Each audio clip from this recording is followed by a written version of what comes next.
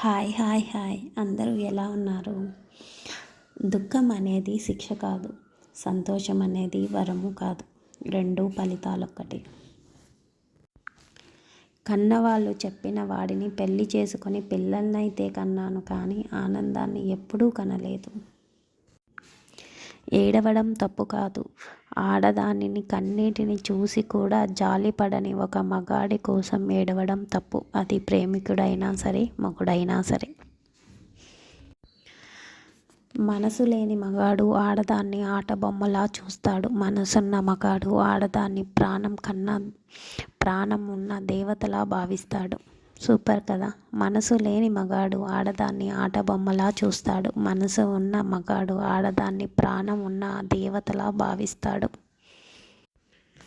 ఒకరికి వంగి నమస్కారం పెట్టే ముందు వారు ధనంలో గొప్పవారా లేదా గుణంలో గొప్పవారా అని ఆలోచించు. అప్పుడే నీ నమస్కారానికి ఒక సంస్కారం ఉంటుంది.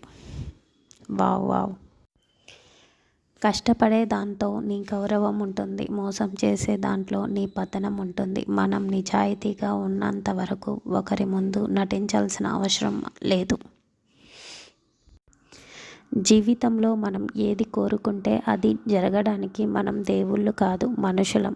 అందుకే ఏది జరగాలో అదే జరుగుతుంది. ఆ నిజాన్ని మనం గ్రహించాలి. దేవుళ్ళు కూడా ఏది కోరుకున్నా అది జరగలేదు ఎప్పుడు. వాళ్ళ కోరికలు తీర్చుకోవడానికి యుద్ధాలు, యాగాలు చేయాల్సి వచ్చింది. కొంతమంది రాజ్యాలు వదిలి వనవాసానికి